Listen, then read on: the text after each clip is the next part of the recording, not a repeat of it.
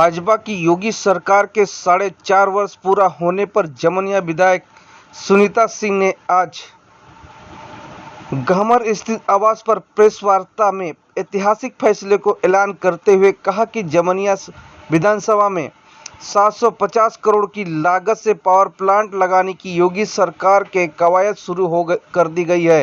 उन्होंने कहा कि 4.5 वर्ष पहले जिस तरह से प्रदेश में गुंडा राज और यूपी में बदहाली थी, पूरे देश में यूपी की बदनामी होती थी। दिन दहाड़े बहन बेटियों को इज्जत लूटी जाती थी। पूरे प्रदेश में भय का माहौल था, लेकिन योगी जी के सरकार बनाने के बाद यह दाग अब योगी सरकार ने धुल दिया है। देखिए खबरें आज भी के लिए जनपद गाजीपुर से इजहार खान की रिपोर्ट।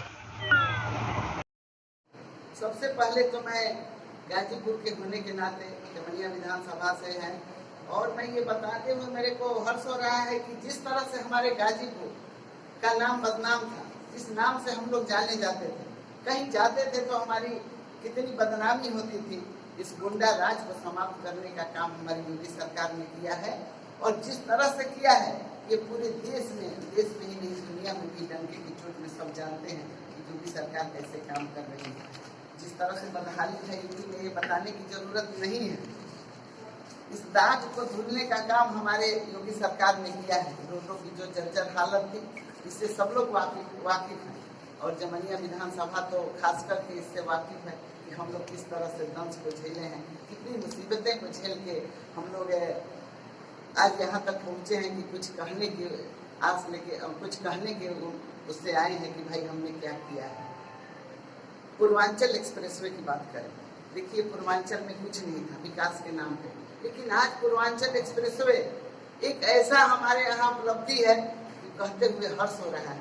मैं तो उस पर जब से पूर्वांचल एक्सप्रेसवे अभी उद्घाटन नहीं हुआ है, लेकिन जब भी मैं जाती हूँ हमको सरकार से मिला है कि आप उसका निरीक्षण करते हुए आइए, देखते हुए आइए कि पूर्वांचल में अभी क्या कमी रह गई है।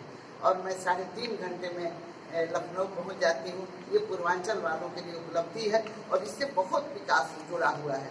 बहुत से कार्य ऐसे होंगे जो इस पूर्वांचल को देखते हुए हमारे यहाँ विकास के कार्य होंगे।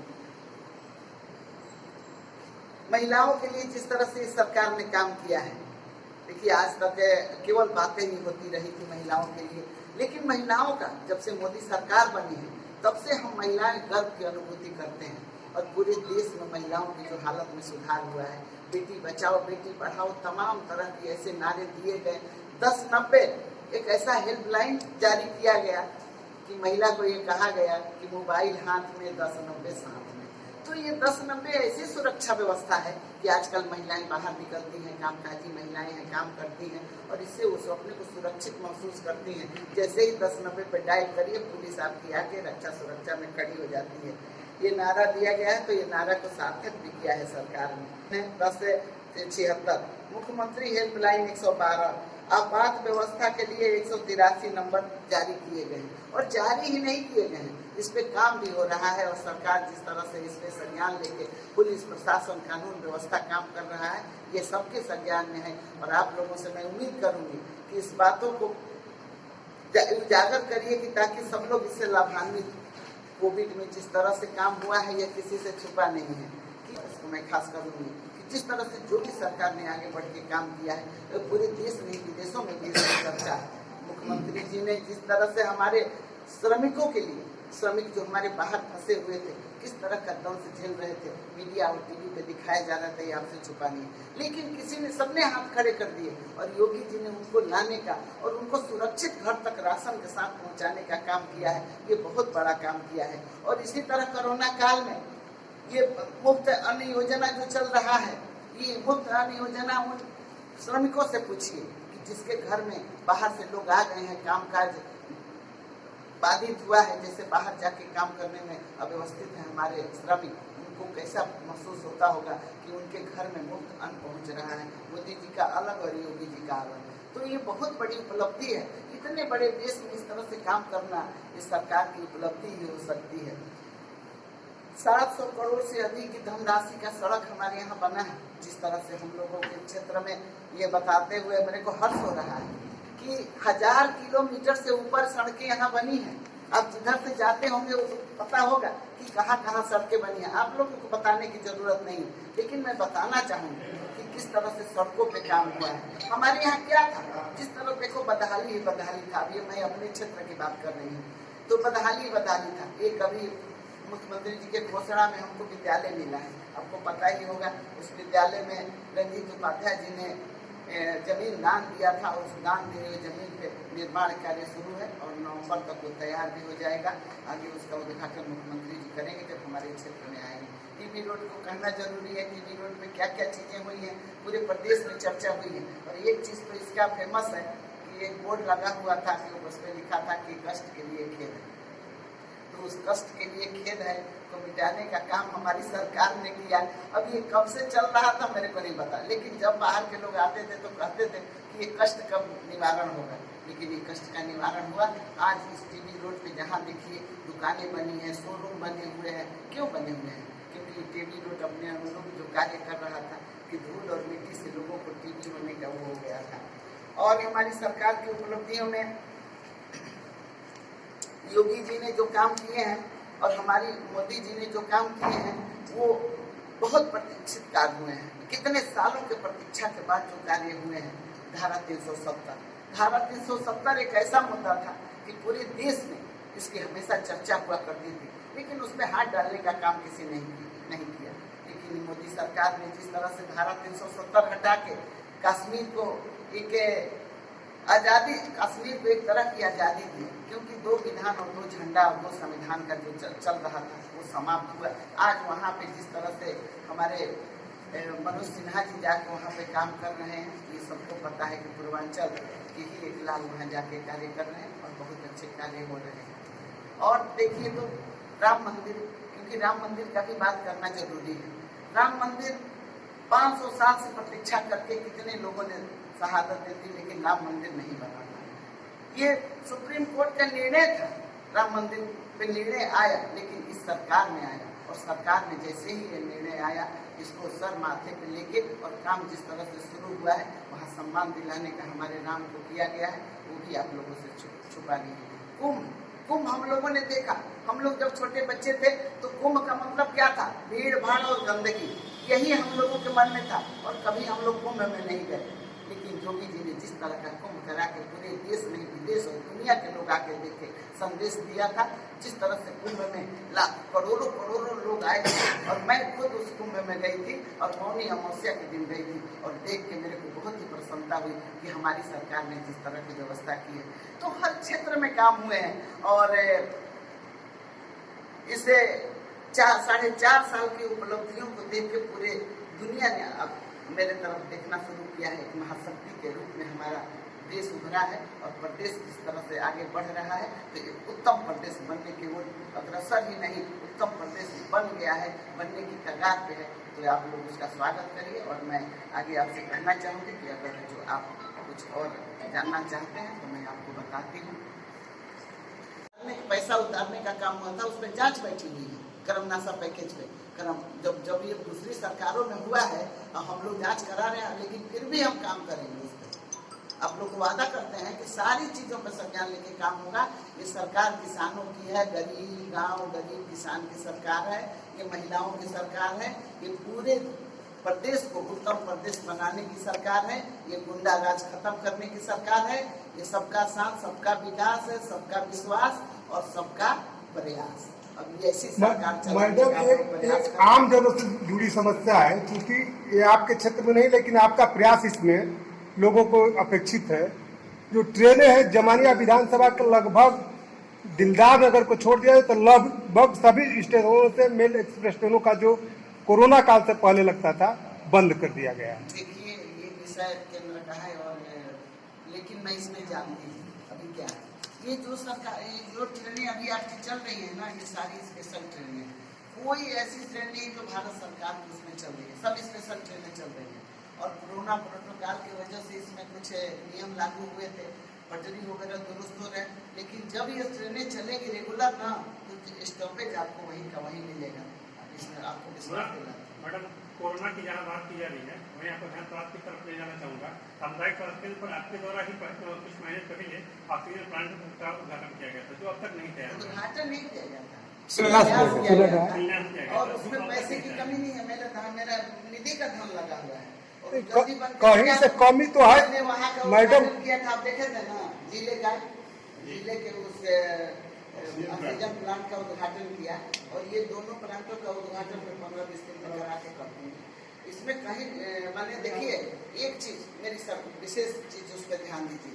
मेरी सरकार में कोई काम होगा गुणवत्ता के साथ और भ्रष्टाचार मुक्त काम होगा, और आप लोग भी उस पर निगरानी कर सकते हैं। सब देखिए, पहले ये तो समझना होगा कि ये मेरा पैसा है और सरकार इस पैसे का कहाँ यूज कर रही है और कैसा कर रही है। हम एक नागरिक हैं, पहले तो सब लोग एक नागरिक हैं, मैं भी एक नागरिक हूँ, आप लोग हैं। तो गुणवत्ता पे आप लोग पूरा ध्यान दीजिए और मैं आपके साथ हूँ।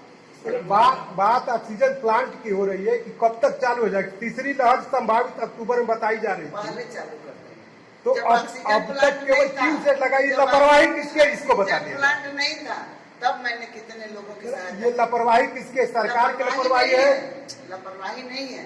देखिए क्या है कि उसके कुछ पार्ट्स नहीं कभी मिल रहे थे, कभी कुछ हो रहा था। इसके साथ ही बरवीन का ऑक्सीजन प्लांट चालू नहीं हुआ है, मैं भी उसका उद्घाटन करूंगी। हाँ, तो वहाँ पर सभी मशीनरी गिर चुकी है, लग रहा है। यहाँ भी वो थोड़ा सा ठेकेदार जो है वो काम गुणवत्ता के साथ नहीं कर रहा था, वो नीचे बना रहा था। तो मैं एक दिन गई थी, उसको रुकवाई कि उसको उठाओ, पानी लग जाएगा। वो तो फंडिशन बन चुका है, इसीलिए थोड़ा सा रुका हुआ तो बन चुका है। उसके बाद जनरेटर भी आ चुके हैं, मशीनरी के बिना अभाव में रुका हुआ है। मशीनरी सब आ गई है, का हॉस्पिटल पर नहीं है, हॉस्पिटल पे पहुंच जाएगी, जल्द पहुंच जाएगी। मैंने सब पता किया। मैडम, भदौरा बाजार में आज भी कई सैकड़ों घर ऐसे हैं जो जल के पानी पीते हैं, लेकिन 25 वर्षों से पुरानी पाइप के माध्यम से उनकी सफाई हो रही है, जो नालियों तक गंदा पानी दे रहा है। देखिए, सरकार की मंशा है कि एक उत्तम प्रदेश बनाए। इसमें एक सरकार की व्यवस्था है कि हर घर जल नल योजना एक प्रस्तावित है ना हमारे देश में, ये बात चल रही है जल शक्ति विभाग की ओर से।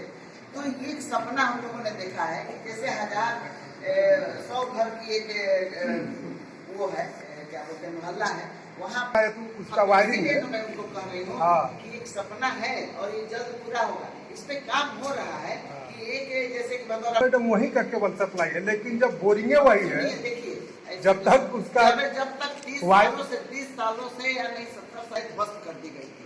अब सपना एक स्वच्छ पानी हो, पढ़ाई शिक्षा हो, किसानों के लिए काम हो, जो क्रय केंद्र पे जिस तरह से किसानों का धन खरीदा जा रहा है, किसान सम्मान निधि दी जा रही है, तो सबको सम्मान दिलाने का काम कर रही है। और मुख्यमंत्री जिस तरह से काम कर रहे हैं, हम लोग गर्व से कहते हैं कि इस मुख्यमंत्री के सानिध्य में हमको काम करने का मौका मिला है, जो 24 घंटा काम करने का वादा रखते हैं और जो फैसले लेते हैं उस पर अमल करते हैं। तो ये हम लोगों का सौभाग्य है और इस पे हम लोग चले आगे। हम लोग उम्मीद उसी से रखा जाता है जो काम करता है। आप लोगों ने उम्मीद तभी रखी, उम्मीद रखा जाए कि सतरामगंज में स्वच्छ पेयजल बिल्कुल उम्मीद रखिए कि स्वच्छ जल आपको प्रोवाइड करा दिया जाएगा।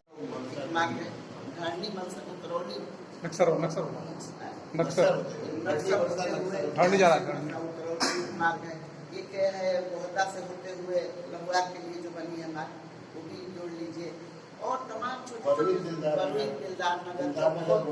नहर के किनारे वो रोड तो ठीक है विधायक, जिससे मतलब नदीवास जो गाँव है। और एक बार भदौरा से आप लोग हैं और सुमंत जी यहाँ उपस्थित हैं, एक बार मैं बताना चाहूंगी कि जिस दम से हमारा भदौरा गुजर रहा था, मैं जब भी जाती थी मेरे को बड़ा कष्ट होता था। एक गाड़ी वहाँ तो पड़ी ही रहती थी और बाजार के लोग उतर के कहते थे कि विधायक इसका कब कल्याण होगा। आप लोग खुद अपने से कहिए कि भदौरा के लिए मैंने क्या किया है। भदौरा के जिस तरह से काम करने का मैंने काम किया है, भदौरा के लोग जानते हैं, बाजार के लोग जानते हैं कि जिस तरह से भदौरा के सराउंडिंग को सुधारने का काम, छोटी मोटी जो सड़कें बची हुई थी अपने निधि से देके मैंने कराया। कुछ है नाले की व्यवस्था है, लेकिन मैं वहाँ के लोगों से भी आह्वान करना चाहती हूँ कि नाले को ठपवा दें और उसमें जो पॉलीथीन वगैरह जा रहे हैं, प्लास्टिक वगैरह जा रहे हैं, वो ना जाए। और जो थोड़ी बहुत व्यवस्था होगी, एक है कि ये नाले का पानी किधर गिरे, इसकी अभी थोड़ी समस्या है। मैं उस पर पूरा सर्च करा रही हूँ कि नाले के पानी गिरने की व्यवस्था हो जाए, ढाल जिधर है उधर गिराया जाए। और आप लोग बहुत सड़क जानते होंगे कि भाई कौन सा सड़क बना है। अब देखिए एक सड़क तो बहुत चर्चित जो पहले सबसे मैंने बनवाया था रकसहा बाईपास। रकसहा बाईपास में सबसे पहला मेरा सड़क है पूरे प्रदेश में। वो पहली बार मेरे को ही मिला था पूरे प्रदेश में, यहीं से शुभारंभ हुआ था। बाईपास मैं अपने को धन्य समझती हूँ कि 17 में 2000 चुन के आप लोगों ने भेजा और भेजा तो जिस तरह से मेरे को मौका मिला मैंने चाहा कि इस विधानसभा को आदर्श विधानसभा बनाऊं। तो रोड के बारे में तो अभी मेरे पास विधायक जी जिस रक्सहा बाईपास मार्ग की बात कर रहे हैं, आप ही के कार्यकाल में बना और आप ही के कार्यकाल में वो फिर गड्ढा हुआ। गड्ढा नहीं है, सुनिए ऐसा है कि वहाँ की मिट्टी काली मिट्टी आपको पता है। देखिए मैं जो सही बात है मैं बता रही हूँ, उस पर कार्य हुए लेकिन जिस ट्रीटमेंट के साथ कार्य होने चाहिए तो पहला कार्य था नहीं हो पाया। उसकी गुणवत्ता की जांच भी हुई, आप लोगों ने खुद देखा कि मैंने टीएससी जांच भी कराया और फिर तुरंत उसका रिपेयरिंग कराने का मैंने दे दिया है, हो जाएगा।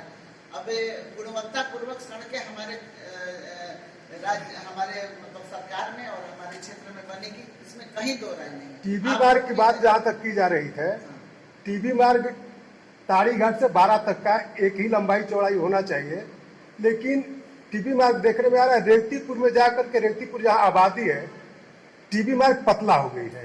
सुनिए मैं आपको बताऊं, मैं पूरी जानकारी रखती हूँ। टीबी रोड क्षेत्र पड़ता है मोहम्मदाबाद रेवतीपुर, लेकिन आप प्रमुख सचिव के स्तर पे पता कर लीजिए 4 बार वहाँ काम लगाने का काम हम ही ने किया है। जो थोड़ा थोड़ा करके बना है उस पर मैंने ही संज्ञान लेके काम करवाया है। लेकिन अब लोग क्षेत्र में कुछ ऐसे लोग हैं जो चाहते नहीं है कि हमारे यहाँ विकास हो, उसका भी काम मैंने ही किया है, जो थोड़ा सा बढ़वाने का काम किया है और उस पर लोग लगे हैं कि उनको मुआवजा देके चाहे जैसे भी हो उससे रिक्वायर करके काम कर लिया जाए तो वो भी पूरा हो जाए। आपके माध्यम से भदौरा ब्लॉक और आंगनबाड़ी केंद्र को संज्ञान दिलाया गया था। आपने आश्वासन दिया था कि इस कार्यकाल में नया भवन बन जाएगा, लेकिन आज भी भदौरा ब्लॉक में जर्जर भवन में चल रहा है।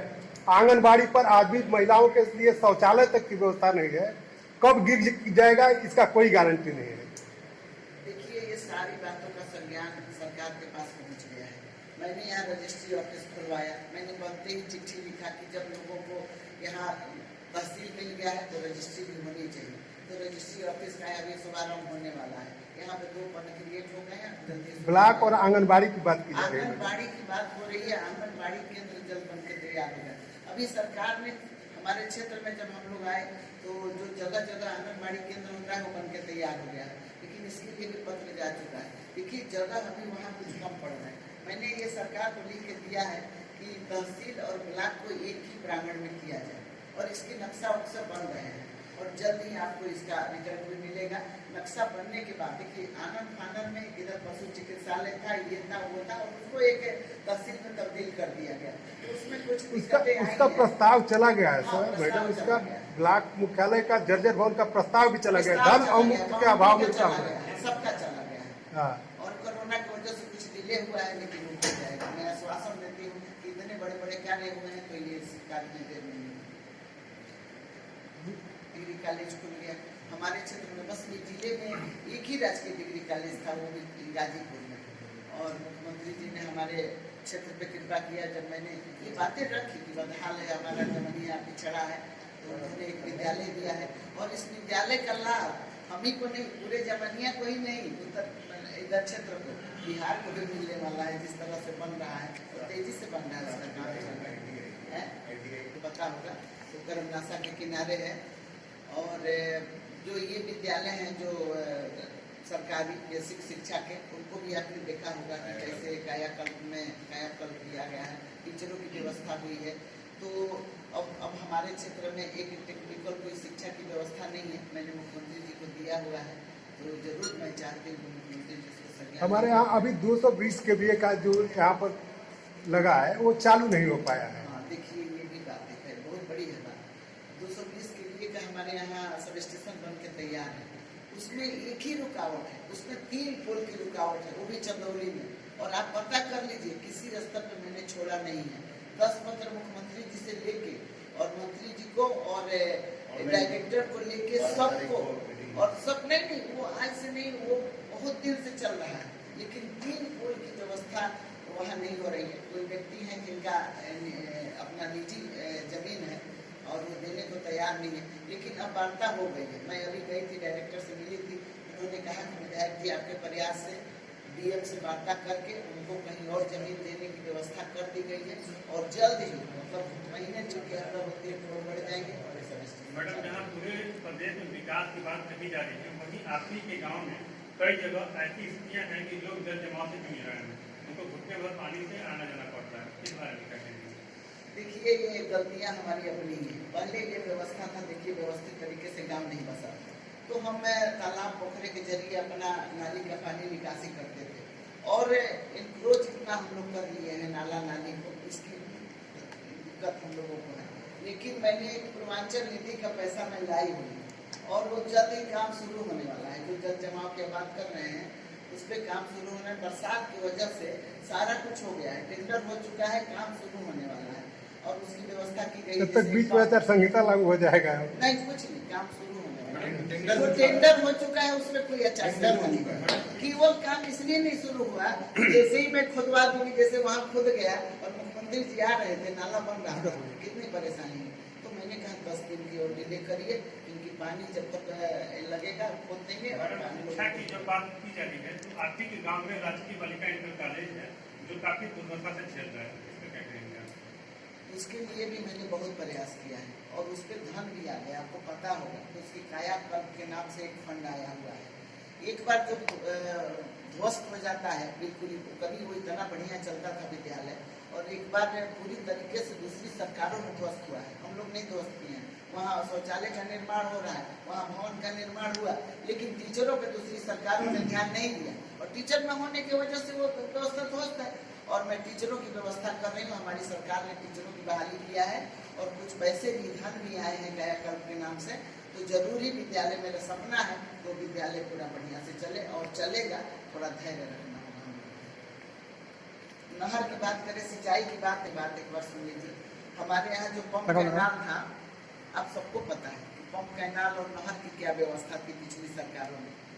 नहर लग ही नहीं रहा था कि नहर है, उसी में पेड़ पौधे पैदा हो गए थे, पानी कहाँ से आए, ट्रेन तक पानी पहुँचाना मुश्किल था। मेरी सरकार आई, बड़ा अफरा तफरी था किसानों में, लेकिन मैंने 8 पंप बदलवा के और 25 करोड़ की लागत से 8 पंप बदल गए हैं। अब रोस्टर नहीं चलता है हमारे यहाँ, पूरे क्षेत्र में पानी जाता है और क्षेत्र खुशहाल है, किसान खुशहाल है। सर, ऐसा ही एक नहर आपके माइनर है, गुड़सरा से, दिलदार नगर से गुड़सरा जाने वाला। वो माइनर में देखने से लग ही नहीं रहा है कि माइनर है, जंगल जैसा बना हुआ है। ठीक है, आपने संज्ञान दिया, उस पर भी काम हो जाएगा। हमको अगर कोई संज्ञान देता है, बहुत बढ़िया सर। 1 महीने से अभी बंद पड़ा हुआ है, तकनीकी खराब नहीं, अभी तो चल रहा है, नहीं चल रहा, अब 1 हफ्ते से ठप पड़ा हुआ है। ये कोई तकनीकी प्रॉब्लम देखिए एक बात मैं कहना चाहूँगी, जब से मैं क्या करना हमारे यहाँ 8 जो लघु के पंप नाले हैं वो सब बढ़िया चल रहे हैं। ये मैंने सुधार कर यहाँ पंप नहीं था, वहाँ पंप लगा है, यहाँ बिजली नहीं थी, सेपरेट फीडर है। कोई प्रॉब्लम थी उसमें, मेरे को पता चला था और मैंने ठीक भी कराया। 1 सप्ताह से ठप पड़ा हुआ है, तो देख दिखवा लेते हैं फिर से। और बाकी जानकारी की बात की जा रही है, लेकिन गाँव से भदवा जाने के लिए जो नहर मार्ग है वो बड़ी दुर्दशा से चल रहा है। रोड